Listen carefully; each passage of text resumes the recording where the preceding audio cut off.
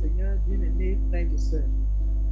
Je suis Madame Aïpo, née à Issou, Yolande Maui.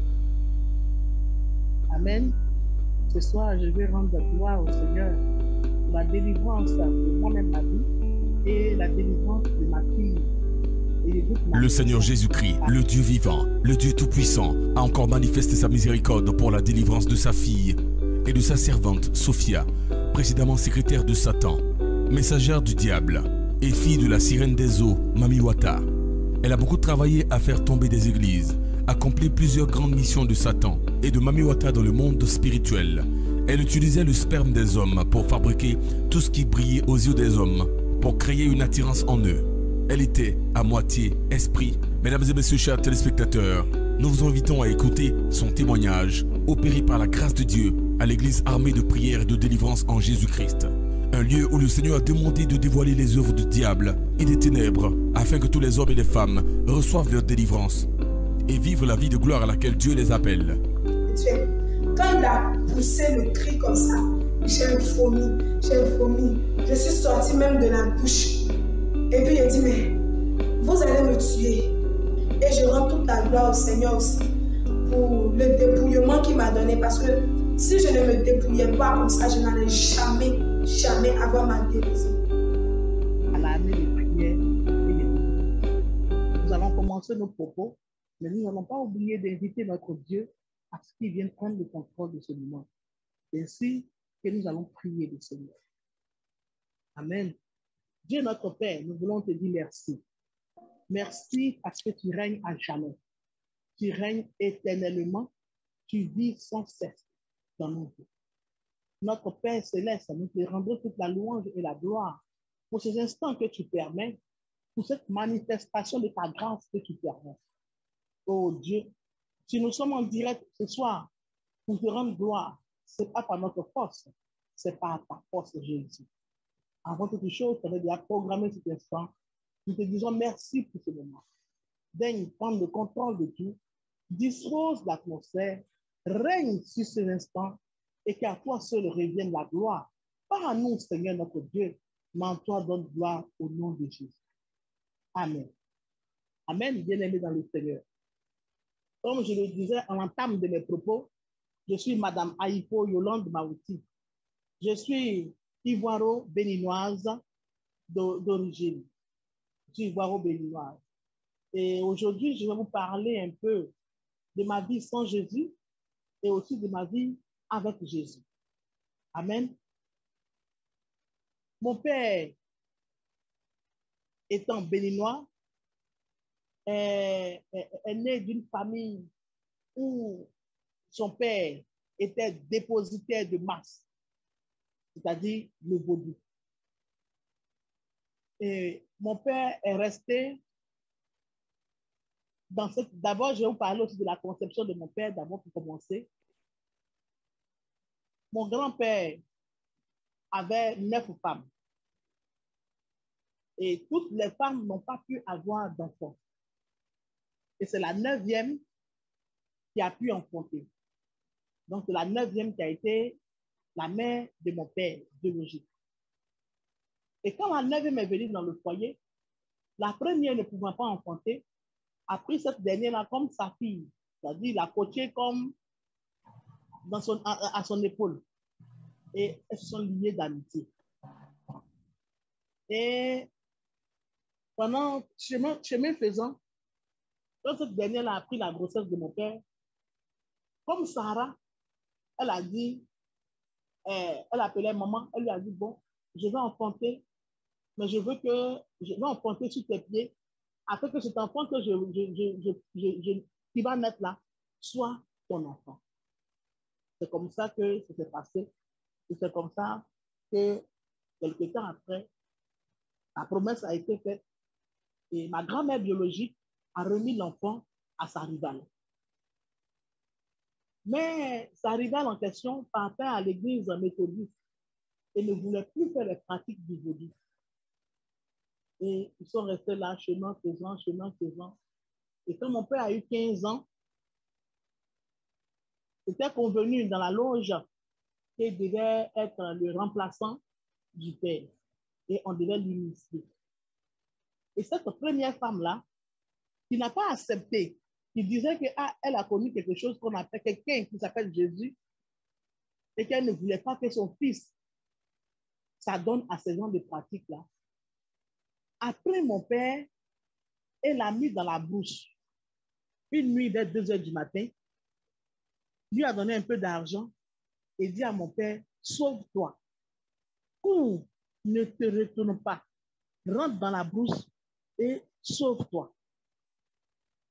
Et c'est comme ça que mon père, dans la brousse, est rentré dans la brousse en passant. Imaginez-vous, à Port-Novo, venir à Cotonou, jusqu'à ce qu'il arrive au Ghana, au Togo, jusqu'à ce qu'il arrive au Bénin et en Côte d'Ivoire.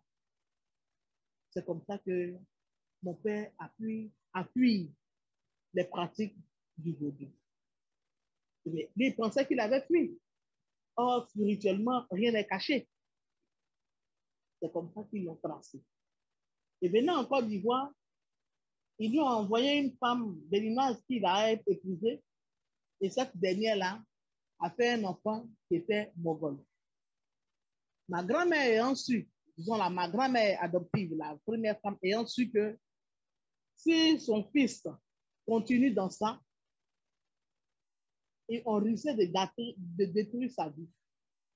Alors elle a dit à son fils, quitte cette femme béninoise-là et attache-toi à une autre femme qui n'est pas de notre nation. Et c'est comme ça que mon père, l'ayant écouté, s'est lié d'amitié avec une jeune fille ivoirienne qui vendait au bord du cinéma et ils sont tombés amoureux. Et pendant ce temps, ma mère avait 2 enfants d'un premier foyer. Et chemin faisant, mon père n'a pas pu, malgré qu'ils étaient ensemble, il n'y avait pas d'enfants. Et un jour, ma mère dit, selon ce qu'elle m'a dit, qu'elle était sous un arbre et elle a dit dans son cœur, bon, c'est ce qu'elle a dit, c'est ce qu'elle nous disait avant. J'ai dit dans mon cœur, mais aujourd'hui, je comprends que ce n'est pas dans mon cœur qu'il s'agissait. Mais elle faisait un vœu. Et elle a dit, donne-moi un enfant. Et la femme, elle dit, d'après elle, selon ce dit, elle a eu comme une vision où quelqu'un est venu lui remettre un enfant. Et que temps après, c'est à gérer ma conception. Voilà comment je suis né. Mais ce soir, je vais bénir Dieu parce que la Bible dit, avant que tu ne naisses, je te connaissais déjà, je t'avais établi prophète. Et cette parole-là s'est appliquée à ma vie. Parce que quand je regarde aujourd'hui, toute l'initiation qui a parcouru avec mes frères et sœurs, je n'ai jamais été initié. Et je suis restée dans cette logique, restée là, restée avec ma mère, qui m'avait méprisée, qui m'avait opprimée, oppressée. Souvent, il m'arrivait de me demander si vraiment elle était véritablement ma mère. Parce que l'oppression était telle que je pensais que j'étais née d'un autre foyer et que j'étais venue être un enfant adopté. Et dans tout cela, c'est mon père qui tout le temps était avec moi. C'est lui qui était tout le temps là pour moi. C'est lui qui savait m'épauler. C'est lui qui parlait avec moi, qui me réconfortait dans les situations difficiles. Et je suis allée continuer dans ça, je suis allée à l'école. Et quand je suis allée à l'école, j'ai commencé l'école. Ma mère a commencé par faire une chose, à me dire tout le temps que j'étais bête et que j'étais née pour échouer. J'étais née pour ne pas réussir. J'étais vraiment une idiote. Et tout le temps, répéter ces paroles-là vont créer en moi une petitesse de soi. C'est-à-dire, je voyais toujours les autres mieux que moi. Je voyais toujours les autres supérieurs à moi et que moi, je ne pouvais rien apporter à la société. Et comme ça, j'ai dit à mon père un jour, mais tu sais, je ne sais rien. Donc, vaut mieux même ne même pas partir à l'école parce que si je vais, je ne vais rien devenir. Et mon père m'encourageait toujours. Il me dit, non, ma fille, tu es mon aîné. Si tu ne vas pas à l'école pour réussir demain, je ne pourrais pas relever ma tête. Et c'est comme ça qu'il m'encourageait. Ah, je vais mettre tout à ta disposition. Je vais mettre tout à ta disposition. Et je suis resté dans ça jusqu'à et j'ai arrêté l'école. Alors mon père a essayé de faire tout, mes pieds pour que je réussisse. Mais rien n'a été fait. Rien n'a été fait. Aujourd'hui, je comprends d'où venait la chose. Et je suis resté comme ça, à ne rien faire. Et vous avez une fille sans Jésus qui ne fait rien, nous étions dans la nature. Et tous les vices et les péchés que vous pouvez comprendre, vous pouvez connaître, qui accompagnent la solitude, qui accompagnent le mépris de soi, toutes ces choses-là ont été faites par nous, par moi. Et après, mon père m'a soutenu, il ne m'a pas laissé. Il m'a soutenu comme ça, il m'a soutenu, il m'a soutenu. Et je suis restée dans ça. Voilà qu'en 2000, je fais cet être cher-là qui a toujours été avec moi. Ah, là j'ai vu que le diable, le monde s'écroulait sur moi. Je suis restée dans cette solitude jusqu'à ce qu'un jour, je disais carrément au Seigneur, je veux que tu viennes me chercher. Et c'est dans cette logique-là, j'ai connu celui qui va devenir mon mari. C'est vrai que je le connaissais avant. Je l'ai connu et chemin faisant, pendant ce même temps, j'ai contracté une grossesse et nous sommes restés ensemble. Mais ce dernier-là avait plus ou moins vu un peu l'atmosphère de chez moi à la maison. Il ne manquait pas de me dire que vraiment j'étais jolie, j'étais belle, j'étais intelligente, j'étais ceci. En tout cas, il me fortifiait. Comme mon père le faisait, en tout cas, il le faisait. Il le faisait. Et je l'ai accouché. Et quand j'ai accouché, toute la vie de débauche que j'ai connue, le diable va s'arranger pour mettre ça devant celui qui va devenir mon mari. Je dis en même temps que j'ai accouché, ma première fille, je ne connaissais pas le Seigneur. Et mon mari aussi ne le connaissait pas. Il n'était pas encore marié.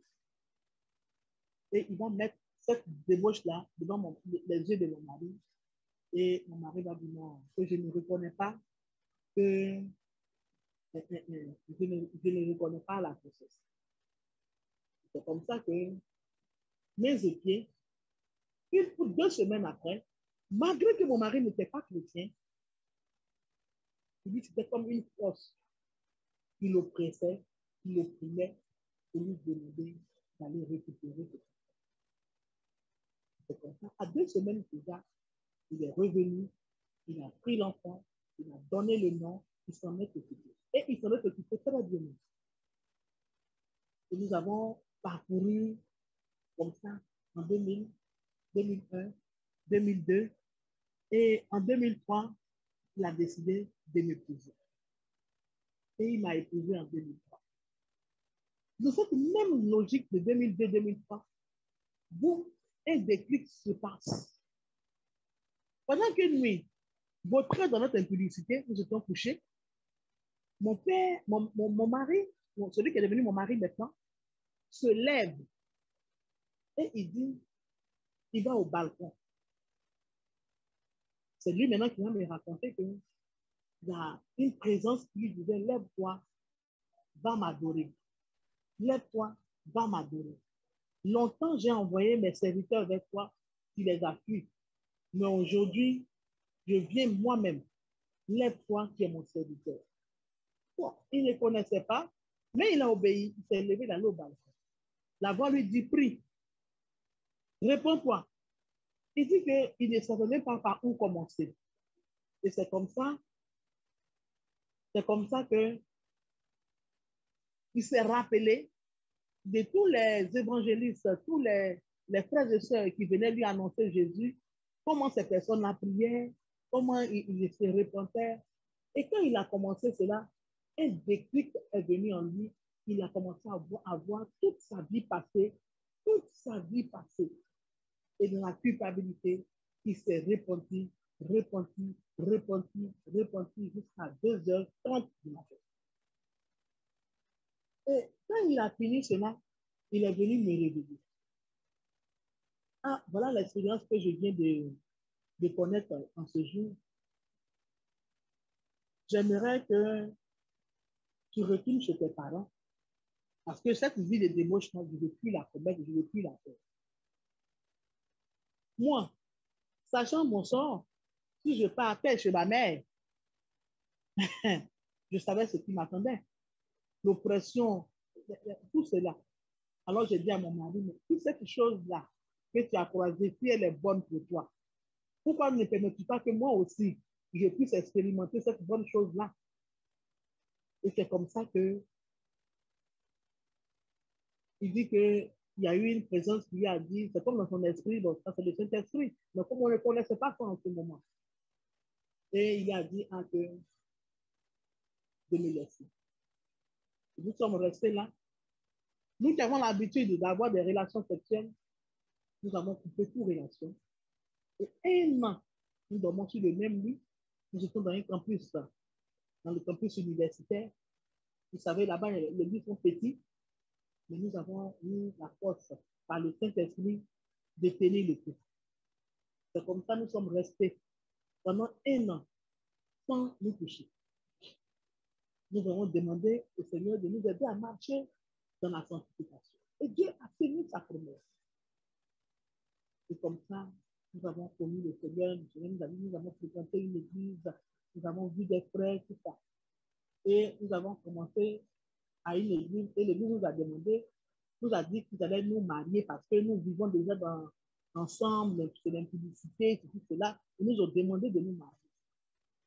Et mon mari a dit, ah, moi, je veux vivre ma vie chrétienne, je ne veux pas me mettre une femme au dos, tout ça là, je veux vivre bien, sereinement, chrétien.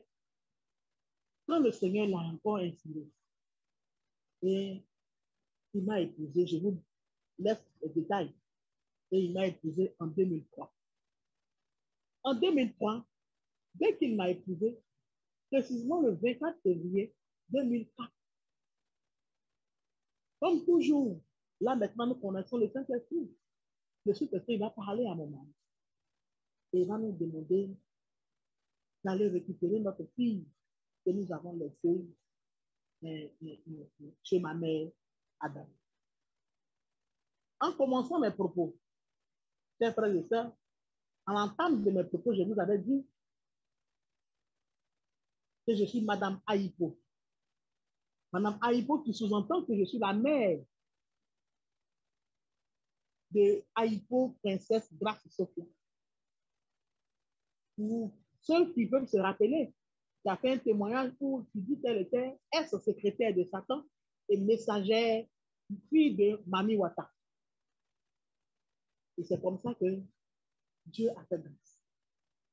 Mais quand nous sommes partis pour récupérer notre enfant, mon mari m'a envoyé pour que je récupère la petite.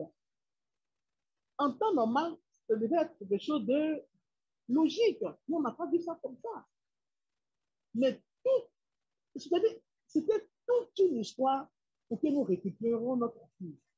Notre maman a fait des palabres, en tout cas, des choses en point fini, des propos même qui n'avaient pas de nom. Non, que c'est sa fille, qu'on ne peut pas lui arracher, que l'enfant doit rester chez elle ici, et que elle, non, nous n'avons pas de point où nous allons vivre parce que nous étions dans un campus universitaire, et que l'enfant va rester avec elle. Mon mari a dit non, que je refusais que l'enfant reste avec elle, et que je voulais que la petite vienne avec moi. Et si je dors d'un trou, je veux que la petite soit dans une. Et c'est comme ça, avec tout un arsenal, on a vu de la diplomatie en faisant intervenir ses frères et sœurs. Et il y a une de ses sœurs qui lui a dit, mais je ne comprends pas une chose. Tu nous appelles tout le temps pour nous dire que tu es dans le manque.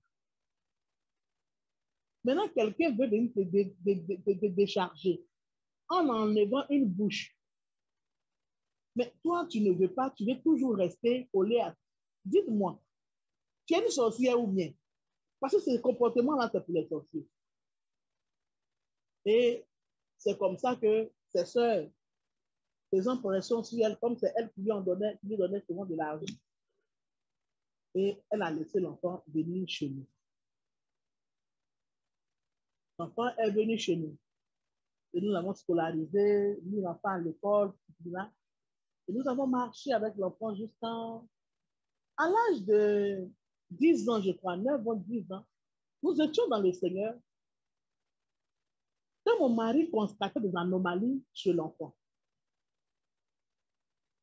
quand il constatait des anomalies chez l'enfant, il disait qu'elle était colérique, que c'était quelqu'un qui ne pardonnait pas. Et 15 jours, il avait de l'argent qui avait disparu dans la maison, il a essayé de la casser pour l'effrayer. Elle ricanait. Au lieu de pleurer, elle ricanait. Donc, son esprit s'est ouvert, il a dit attention, il y a un problème là. Mais toutes ces choses-là, moi, je le balayais d'un revers de la main. Pourquoi? Parce que je n'avais pas pardonné à mon mari du fait que je sois restée avec lui et qu'il ait refusé la grossesse pendant 2 semaines. J'avais gardé ça dans mon cœur jusqu'à 4 ans. Vous n'avez pas dit 10 ans, puisque c'est en 2010, jusqu'à 10 ans. Et tout le temps que mon mari se plaignait, moi, je balayais ça de la main. Chemin faisant, nous sommes restés dans ça jusqu'à ce que la petite, comme elle a raconté dans son témoignage, elle faisait ce qu'elle pouvait faire, elle sortait, tout ça. Mais elle avait des restrictions, elle ne pouvait pas sortir comme elle veut, quand elle veut. Donc, elle ne pouvait sortir que quand elle partait à l'école. Et Dieu fait grâce. Elle partait à l'école et vous avez me rendu le témoignage que tous ceux qui suivent ont suivi. Mais tout le temps, mon mari s'en plaignait. Il me disait, je te parle et tu ne m'écoutes pas. Je te dis que l'enfant a un problème, tu ne m'écoutes pas. Aujourd'hui, je ne parle plus. Je vais vous regarder, mais où ça va nous envoyer, nous verrons. Et je disais toujours à mon mari, tu aimes trop ça. C'est toi qui vois toujours les démons passer. En pendant ce temps, je n'oublie pas de vous dire que mon mari est pasteur et théologien. Mais il voyait l'atmosphère de la maison, il trouvait qu'il y avait quelque chose qui n'était pas bon. Et quand il s'en plaignait, moi je dis, oh, mon mari, tu aimes trop ça. Tu es toujours à la recherche des démons. Nous sommes plus forts que les démons, mais toi, tous les jours, c'est toi qui dis le diable ici. Et il me disait toujours, ma femme, il y a une présence féminine dans la chambre de notre fille. Je ne sais pas, mais il y a une présence féminine dedans. Je dis, oh, mon mari. Et quand même, il commence même, et que quand c'est une histoire qui prend un peu même l'idée de notre fille, je balais ça. Je réveille de la main, je passe à autre chose. Jusqu'à ce que tout ce qu'elle vous a dit s'en suive. Et tout le temps, elle tombait malade. Tout le temps, elle tombait malade. Tout le temps. Et comme elle vous l'a dit, hein, on la battait là-bas, donc c'est ça. Il faisait qu'elle tombait malade. Et c'est comme ça que nous sommes restés dans cette situation-là. Et en 2021, alors mon mari a commencé à prier comme suite. Il dit, je l'ai vu quand écoutait prier la nuit, il disait, Seigneur Jésus-Christ, selon Marc, c'est Matthieu, mais Marc 10, 26, tout arbre vert que tu n'as pas planté dans ma maison ici soit dévoilé et mis à nu. Et tout cela tous les jours. Et je me rappelle qu'un jour, je suis allé même l'affronter pour lui dire non. Mais toi, tu vois tous les jours les arbres, les trucs mauvais dans la maison. Et puis c'est là, tout. Mais je bénis Dieu. Aujourd'hui, je peux bénir Dieu. Du fait que j'ai eu un mari spirituel. Un mari qui s'était vraiment attaché à Jésus, qui avait connu ce Jésus-là réellement. Et malgré tout ma déviation de rébellion, de disputes, de tout ça, il est toujours resté calme, sans affronter, sans parler, en tout cas, toujours calme, toujours selon le Seigneur, en m'aimant, en m'apportant son soutien, surtout le soutien moral. Il a été toujours présent.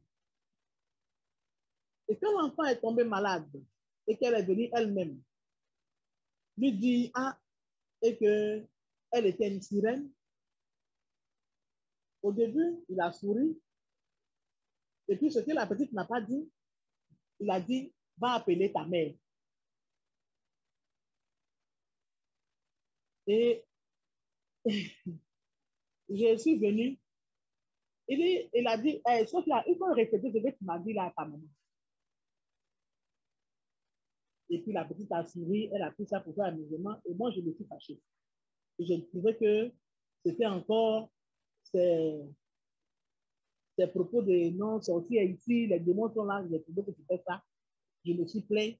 Il s'est excusé. Et puis bon, on a chemin partant, on a fait le chemin. C'était une semaine avant. La deuxième semaine, quand elle est tombée très malade et que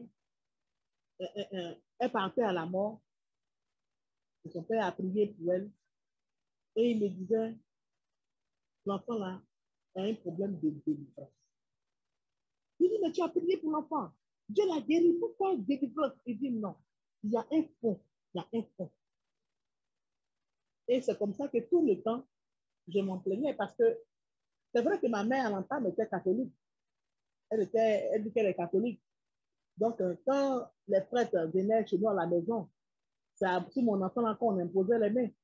Puis cet enfant, et puis on lui impose, et puis on lui impose les mains. Donc, au début, nous, on pensait que c'était la bénédiction. Mais aujourd'hui, on se rend compte que c'est tout un bagage qu'on déposait sur la tête de notre enfant. Et comme ça, chemin courant, chemin partant, nous avons fait le chemin. Et une semaine après, 2 semaines après, elle est retombée encore dans la maladie. Et mon mari est venu, il m'a dit trop, c'est trop. Il a envoyé son enfant à l'hôpital.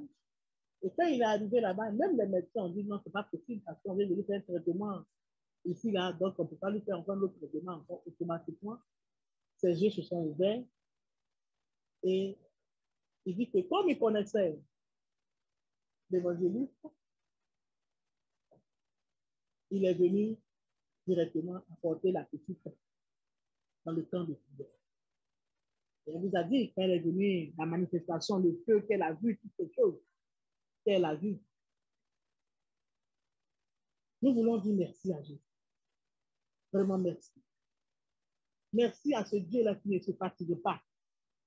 Merci à ce Dieu-là qui soutient, qui garde, qui galvanise, qui prend soin de ses serviteurs. Nous voulons nous dire merci. Nous n'avons pas d'autres mots. Nous n'avons pas de mots pour dire merci à ce Dieu grand fidèle. Oh Seigneur, qu'est-ce que tu es? Tu mérites la gloire, l'honneur, la majesté. J'aime bien ce cantique qui dit que pourrais-je dire en Jéhovah, toi qui as fait tant de bienfaits pour moi, que pourrais-je dire en Jéhovah, toi qui as fait tant de bienfaits pour moi, reçois Seigneur, reçois, oh Seigneur, reçois Seigneur, reçois ma louange. Reçois, oh Seigneur, reçois Seigneur, reçois ma louange. Qu'est-ce que nous avons pour donner à ce Dieu grand-là? Rien. Mais il nous délivre gratuitement, gracieusement. Il nous délivre de tout ça. Et quand mon mari a envoyé notre fille, la délivrance s'est faite. Le lendemain, je voulais voir l'enfant parce qu'il ne faut pas aussi oublier que j'étais très attachée à la petite, très attachée à l'amour maternel, primaire, même si l'amour spirituel, l'amour charnel. Et je voulais aller voir la petite. Il a dit non. C'est comme si la petite était à l'hôpital. Laissons-la, ils vont la soigner. Quand elle va guérir, on aura le temps de l'enfant. J'ai dit, bon, d'accord, c'est pas qui décide.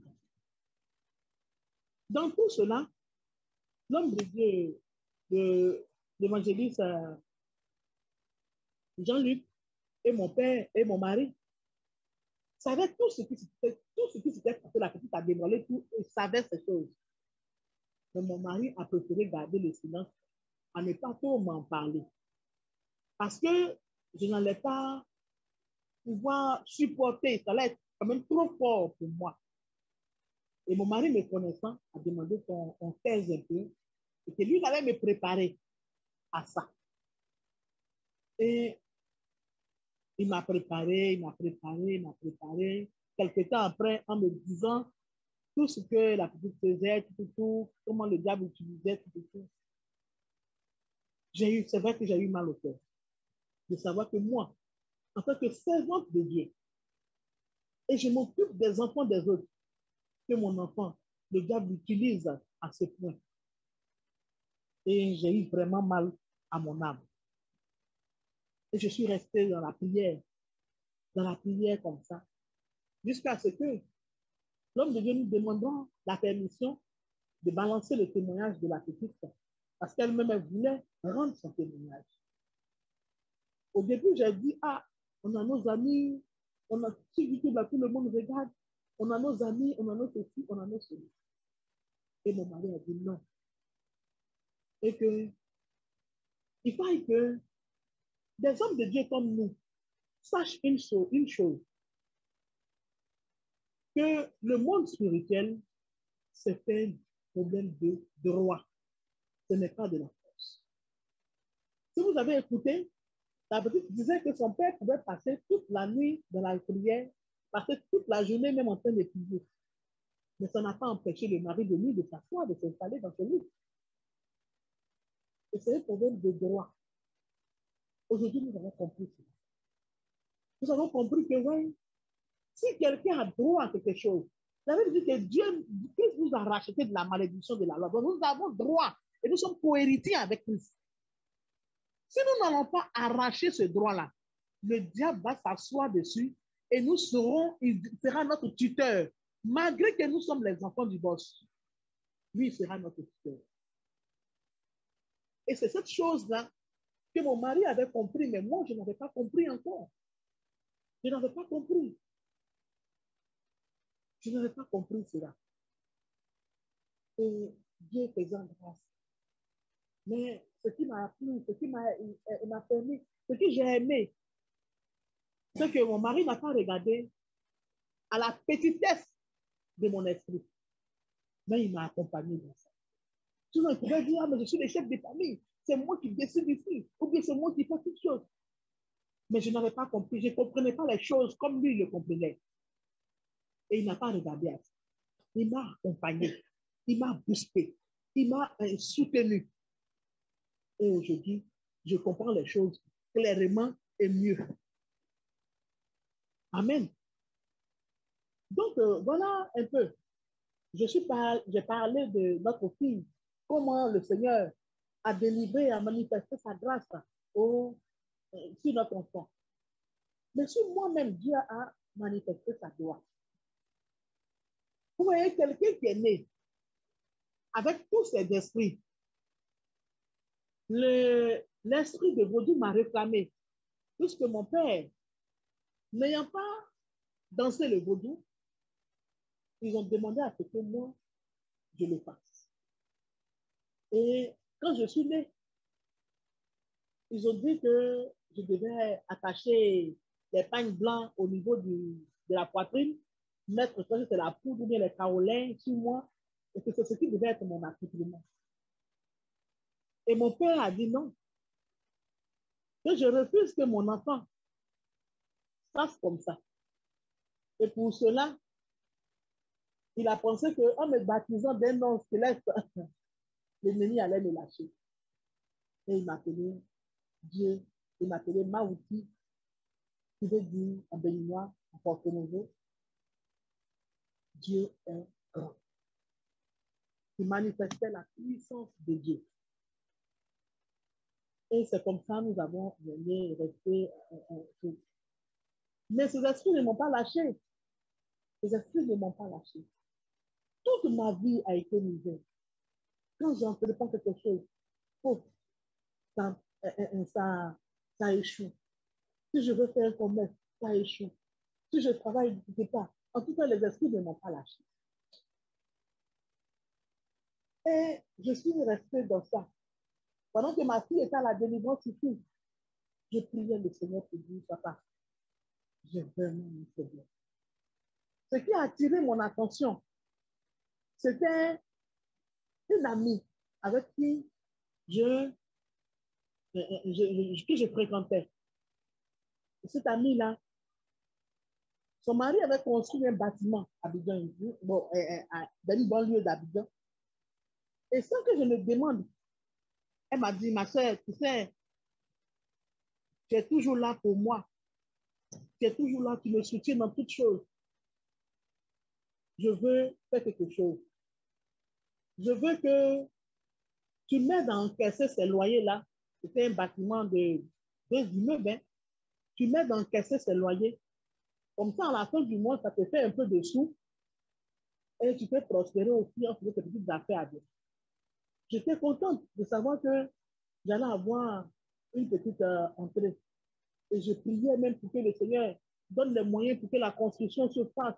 En tout cas, je faisais tout ce qu'il fallait faire. Quitte à gêner même, je priais. La nuit, je me réveillais à minuit, j'intercédais. À tout moment, je priais pour ça.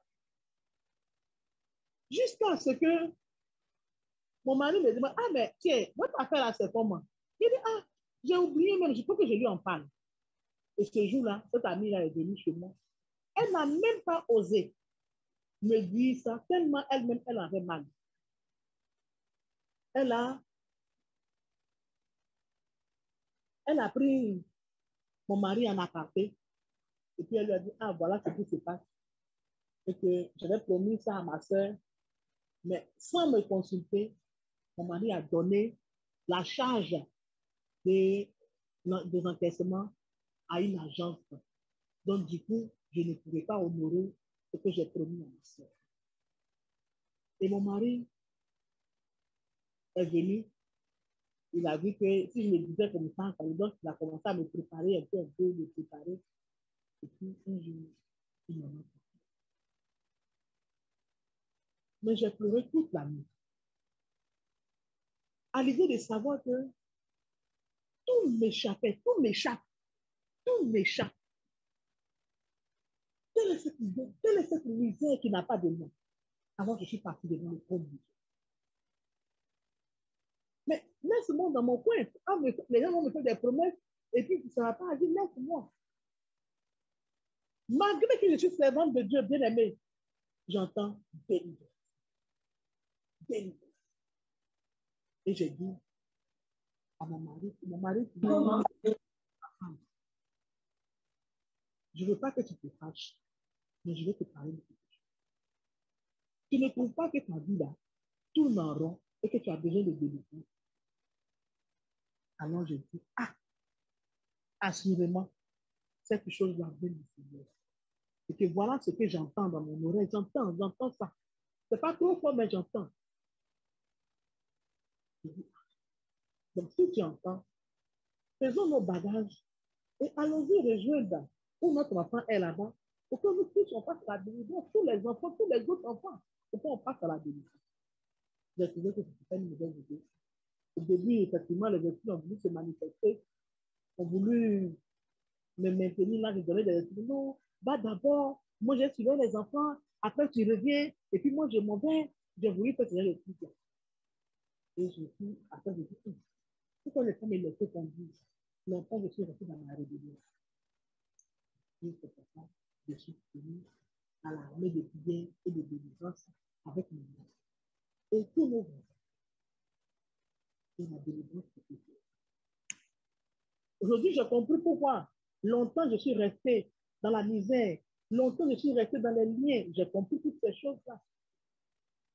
Puisque ma mère étant dans la sorcellerie, comme la petite l'a dit, a déclaré dans son monde là-bas qu'elle, puisqu'elle n'a pas réussi à m'unifier et que moi, je ne devais pas devenir quelqu'un.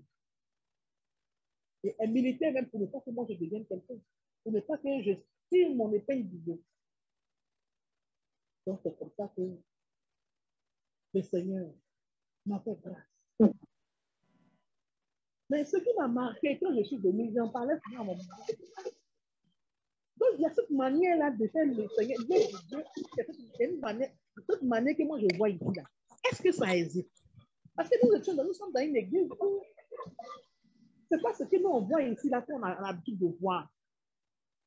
Nous sommes dans une église où tout est pour le leader. Rien n'est pour les autres. Malgré que nos maris sont pasteurs, mais ici, quand je suis arrivée, ce qui m'a frappé, c'est le partage. Et l'amour des gens même que je ne reconnaissais pas. Mais quand je suis arrivée, parfois ils m'ont sauté pour m'accueillir, pour m'en faire des accolades. Je me suis sentie aimée. Moi qui, on n'avait jamais aimé, on avait dit que je n'étais rien et que j'étais née pour échouer. J'étais née pour ne pas réussir. Moi, et voilà des gens qui ne me connaissent même pas. Qui sont venus m'accueillir, qui sont venus me donner de la chaleur humaine. Ah, ça existe ça? Et souvent, j'en parlais à mon mari me taquinait pour dire, tu vois, c'est comme ça, il faut aimer Jésus, il faut aimer les frères.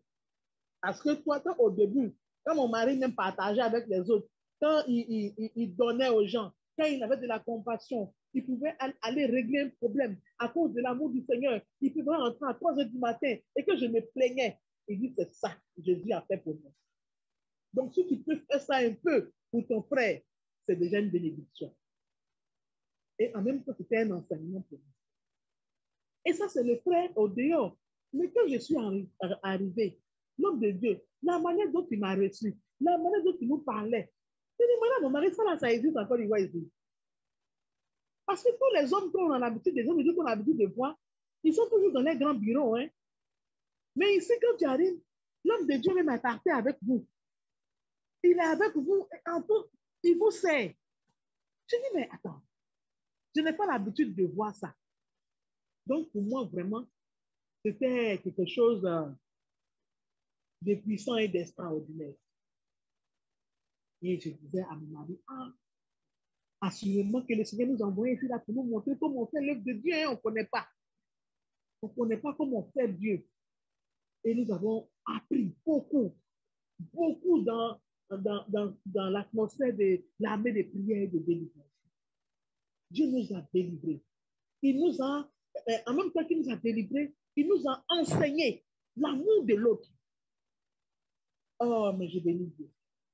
Je bénis Dieu parce que nous avons eu cette rencontre, nous avons eu cette alliance avec l'armée de prière. Mais vraiment, il n'y a rien à dire. Avec tout ce que nous avons vu, frère, Dieu est ici. Dieu est ici. Dieu est présent. Dieu est là. L'amour du prochain, le partage, le pardon, toutes ces choses-là règnent dans cette atmosphère de prière. Je disais à mon mari, tu sais, quand tu es délivré, ces choses-là même doivent venir naturellement. Même le caractère mauvais doit disparaître. Et puis nous rions de ça. Mais l'amour, le partage, donner aux autres, c'était pour l'homme de Dieu une seconde nature. Donner aux autres, là, c'était pour lui une seconde nature. Et ça, vraiment, je ne comprenais pas ça. Et mon mari m'enseignait depuis, il me disait, non, c'est comme ça qu'on fait avec le Seigneur, il faut donner aux autres. Il ne faut pas toujours penser à soi. Il ne faut pas toujours penser à soi. Après, moi, c'est ça, hein. Moi, à l'époque, c'est moi et puis mes enfants. Après, moi, on ne m'a jamais aimé. Pourquoi je vais aimer les autres? Et c'est comme ça. Je n'aimais que les siens. Mais avec l'année de prière, avec Jésus ici, j'ai vu que vraiment, tout ce que nous avons fait, la grâce de Dieu. Et l'amour de Dieu qui se manifeste tous les jours ici. Bien aimé, j'étais possédé des esprits de génie, des esprits de misère, toutes sortes d'esprits. Imaginez-vous, des esprits du vaudou, Goliath, tout cela, je les transportais. en tant que servante de Dieu. Ça, je tiens à préciser. Donc, comme nous sommes des serviteurs, et puis nous n'avons pas l'humilité de venir nous abaisser sur les autres, nous allons trimballer des casseroles retentissantes, et puis demain, Dieu va dire, ne nous connaît pas. Donc, homme de Dieu, frère, nous voulons exhorter les hommes de Dieu. La Bible même le déclare, l'humilité précède le Dieu. Quand je vous dis que mon mari est enseignant de la parole de Dieu. Moi, je m'occupe des enfants de l'école du dimanche. Nous sommes tous les deux responsables dans notre église. Ça n'a pas empêché Satan de venir dormir dans notre maison, malgré les renversements que mon mari faisait chaque nuit. Mon mari pouvait prier de minuit jusqu'à 6 heures du matin. Il avait, et je te lui donner la force de ça. Donc, souvent, je disais à mon mari, mais donc, si tu ne priais pas alors, qu'est-ce qui allait se passer dans notre maison? Homme de Dieu, ayons l'humilité.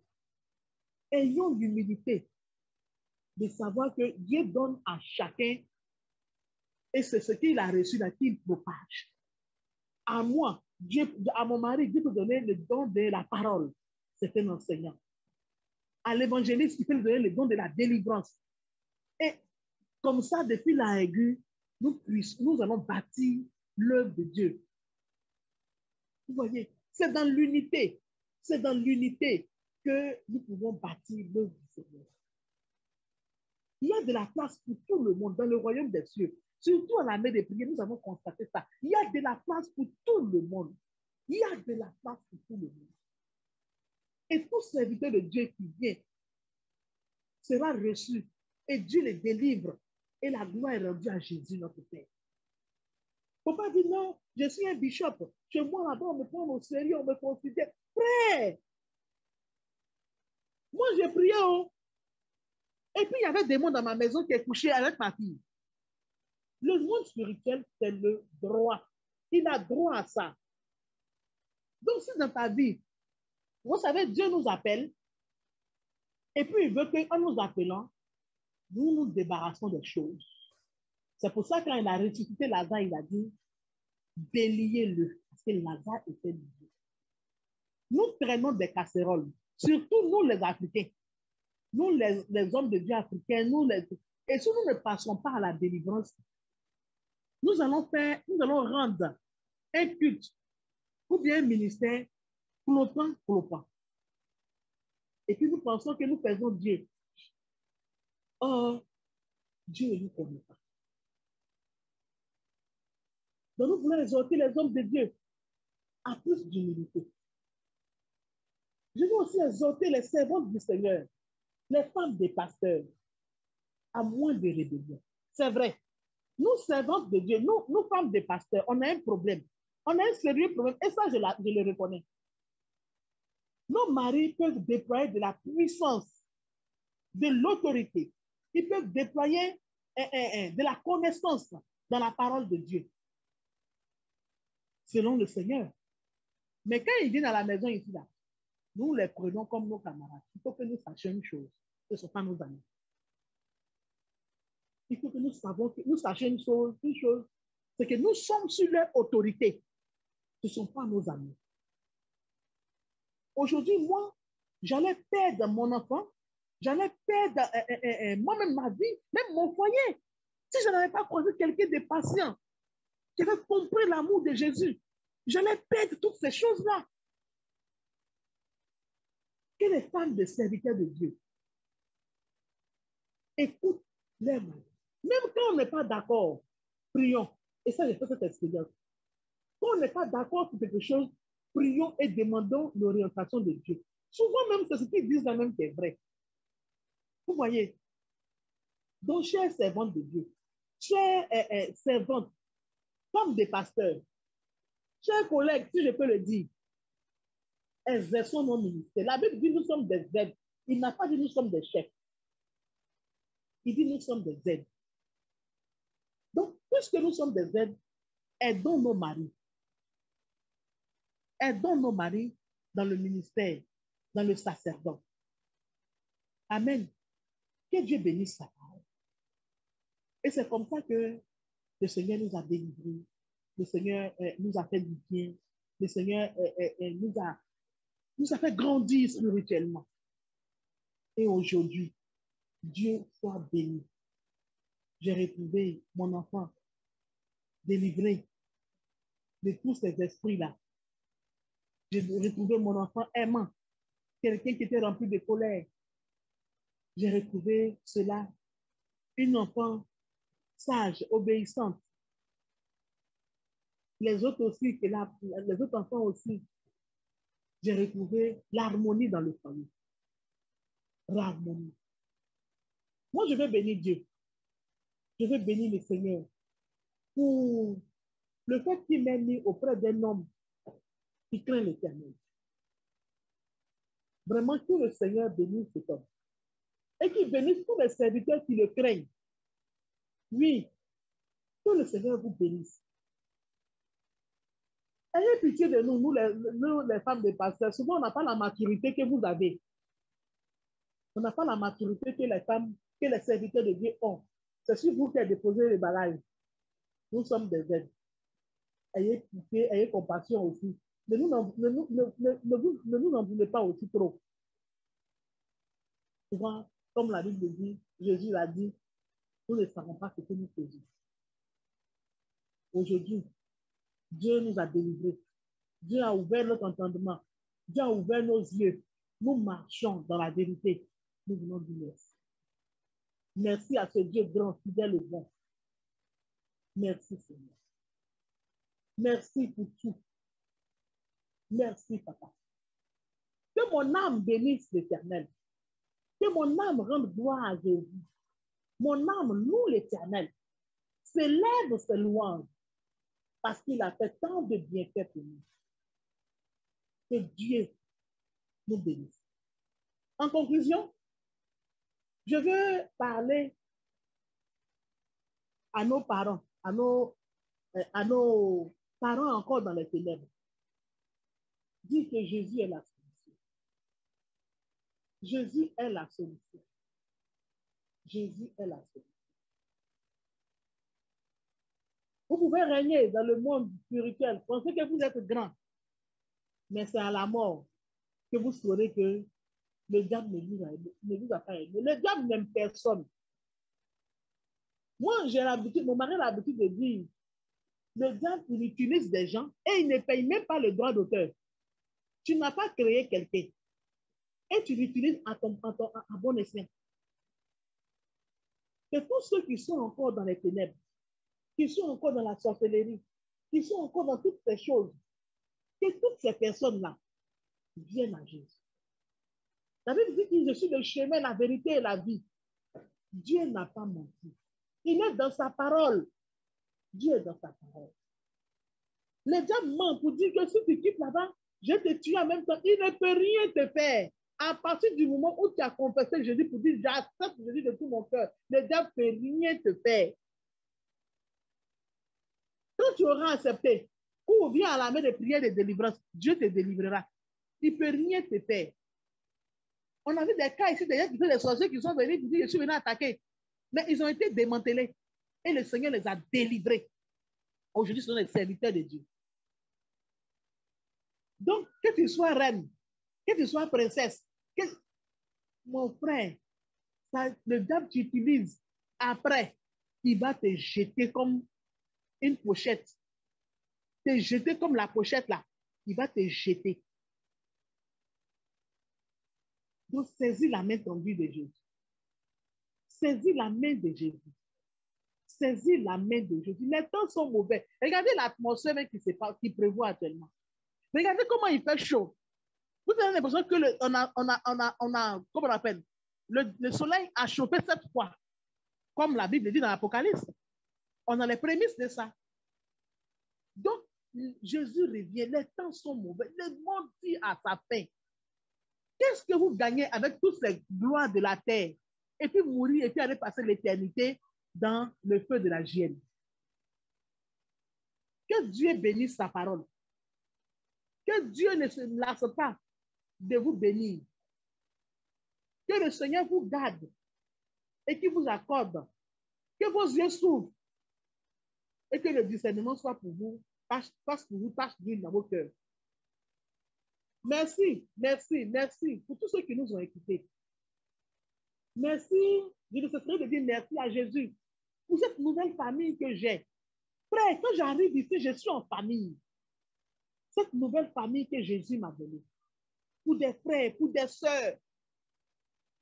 Il n'y a pas de considération de l'une est grand. Non, tous nous sommes des frères. Et Dieu nous bénit ensemble. Nous sommes dans l'unité. Et Dieu nous bénit ensemble. Que tout serviteur de Dieu ait l'humilité de savoir que oui, il a un problème et que Dieu peut le délivrer. Sinon, il va prêcher à des foules. Et puis à la fin, Dieu va dire, je ne te peux. Que Dieu bénisse sa parole. Que Dieu nous remplisse de son onction. Pour que nous puissions aller encore. Afin que les âmes soient arrachées des mondes. Que le Seigneur bénisse tout et chacun de nous. Que ta gloire soit manifeste. Shalom à vous.